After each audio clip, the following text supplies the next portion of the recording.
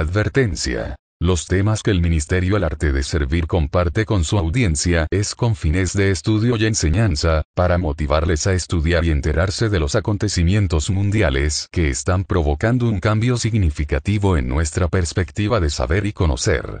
No buscamos con esto generar controversia, o discusiones, a temas dogmáticos o religiosos. Por esta razón cada uno podrá tener su propia perspectiva del tema. Análisis del tema. La guerra de Gog y Magog. Desde el punto de vista profético, Israel es el reloj de Dios, el cronómetro que nos dice cuán cerca o lejos estamos de que concluyan los actuales tiempos de las naciones y de la Iglesia, y comiencen los tiempos mesiánicos del reino de Cristo. Precisamente por eso, por los acontecimientos que estamos presenciando, podemos estar seguros de que el mundo está a punto de cambiar abrupta y drásticamente, a partir de circunstancias que afectarán a judíos, cristianos y musulmanes, en primer término, pero también a las demás religiones de la tierra. Los judíos esperan la venida del Mesías por primera vez, los cristianos lo esperamos en su segunda venida. Ese grandioso advenimiento estará precedido por una serie de hechos mediante los cuales Dios irá preparando a la humanidad entera. Próximamente, Dios romperá el silencio que ha guardado hasta ahora respecto al pueblo judío, y volverá a actuar directa y portentosamente como lo hizo con prodigios admirables en el pasado. Toda la historia de Israel está caracterizada por diversos momentos de castigo y silencios divinos, siempre debidos a las infidelidades del pueblo adoptado por él. Las escrituras recalcan que las deportaciones y dominaciones, de Egipto, Babilonia, Persia, Grecia, Roma, fueron permitidas por Dios en vista de que los suyos quebrantaban la alianza.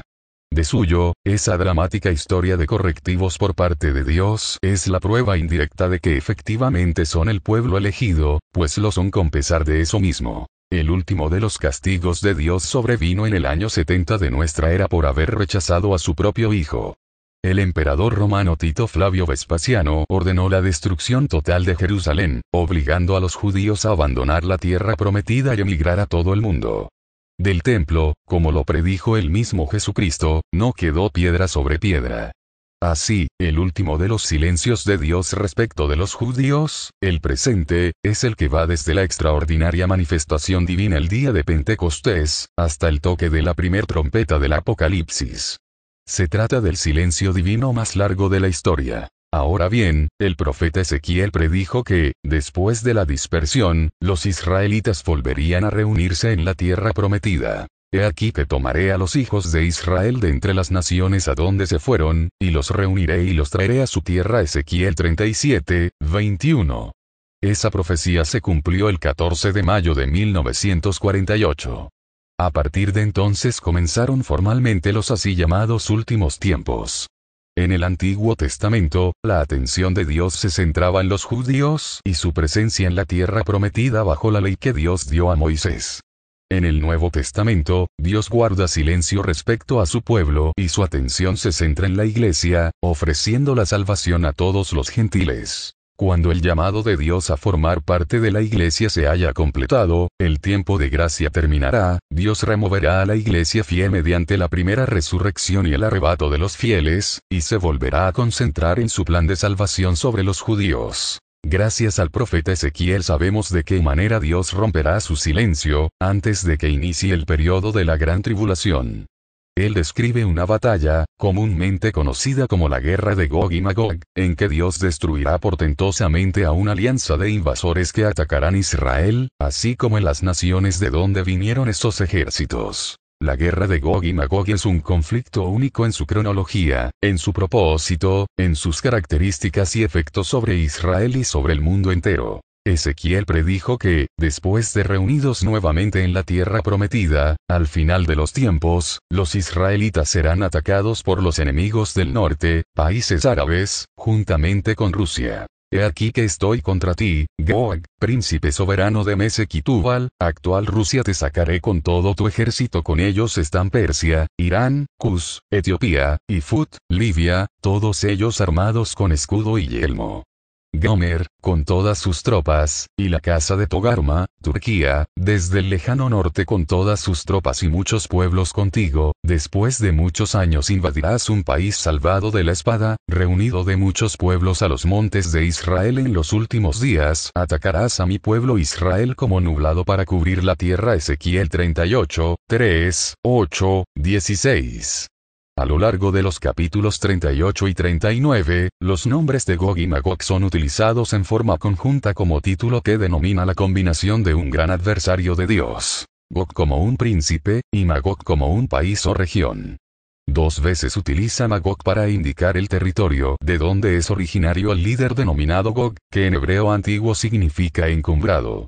Al mencionar a Gog como proveniente del lejano norte, Ezequiel parece estar denotando el nivel máximo de autoridad dentro de una alianza de naciones de lo que hoy son las ex-repúblicas soviéticas, territorio del antiguo reino de Anatolia y más allá del Cáucaso. Esa guerra mundial, en la que varios países se unirán para atacar a Israel concluirá, dice Ezequiel, con una portentosa intervención divina que frustrará la invasión.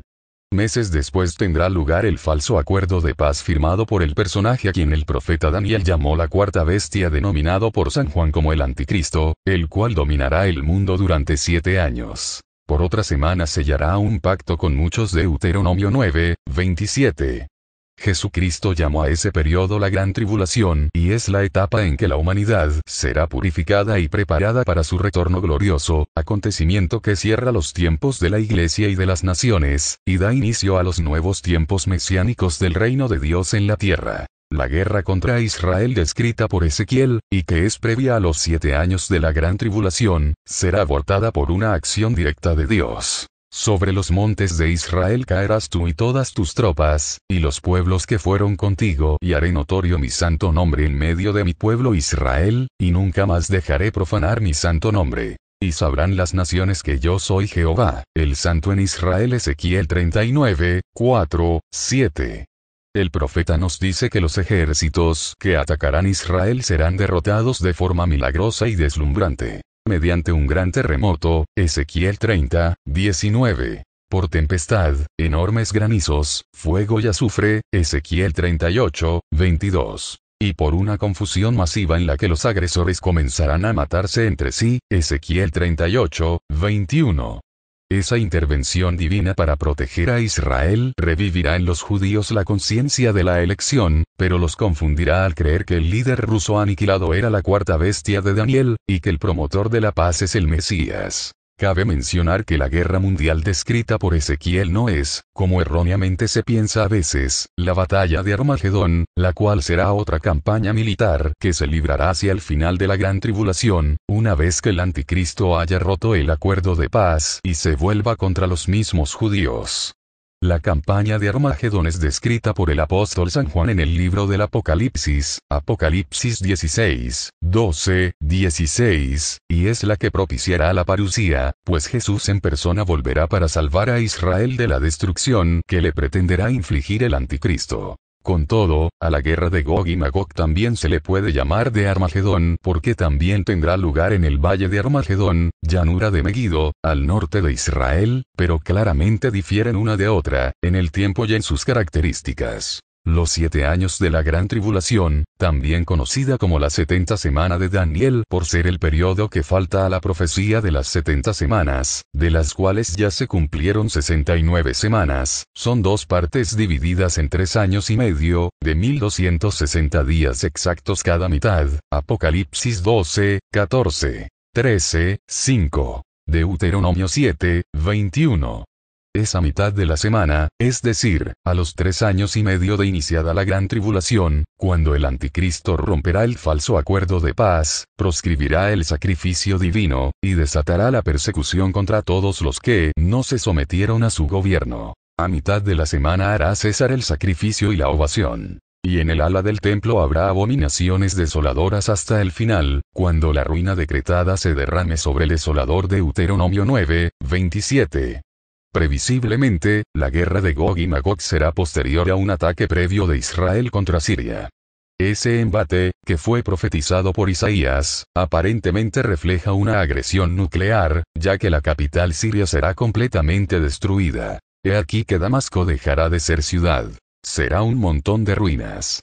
Cesará el reino de Damasco, y lo que quede de Siria será como la gloria de los hijos de Israel, dice Yahvé de los ejércitos. Isaías 17, 1, 3, 9. También Jeremías y Amós señalan que Damasco será destruida por el fuego, Jeremías 49, 23, 27. Amós 1, 3, 5.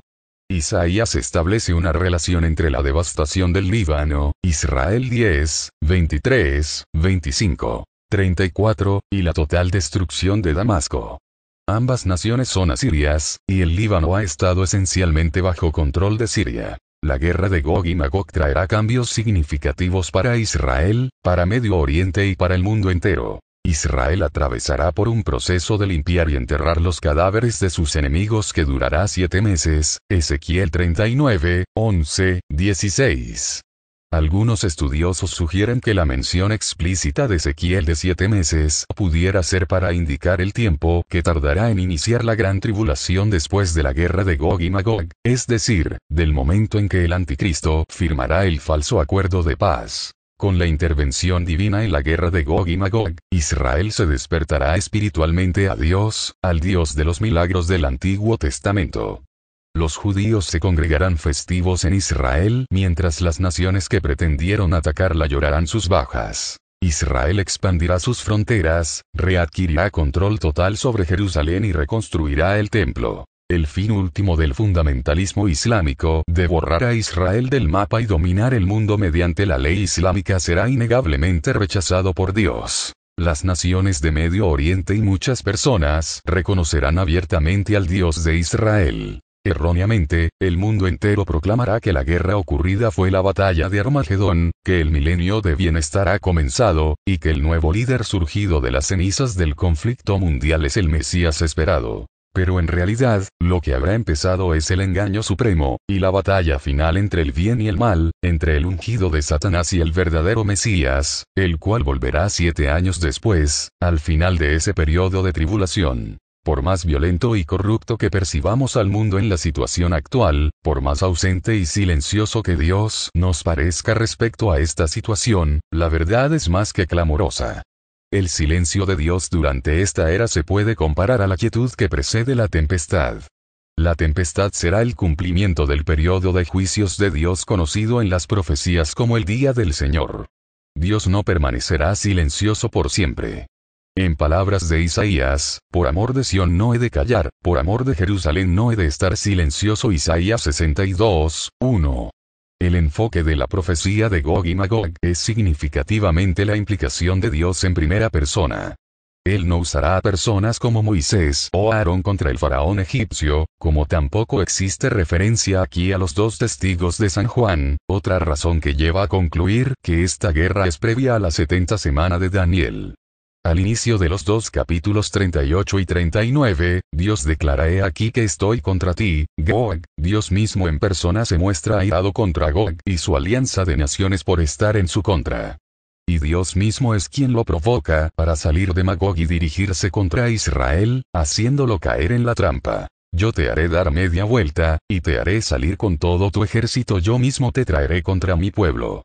Algunos autores opinan que la referencia a dar media vuelta y ser traído con garfios en las quijadas denotan la referencia a Gog o Rusia resistiéndose a entrar en la guerra, pero finalmente siendo arrastrada por la coalición de naciones musulmanas. La apertura del primer sello pudiera tener relación con el anticristo, ya que su forma de adquirir prestigio internacional es por sus conquistas de guerra. Ministerio El Arte de Servir.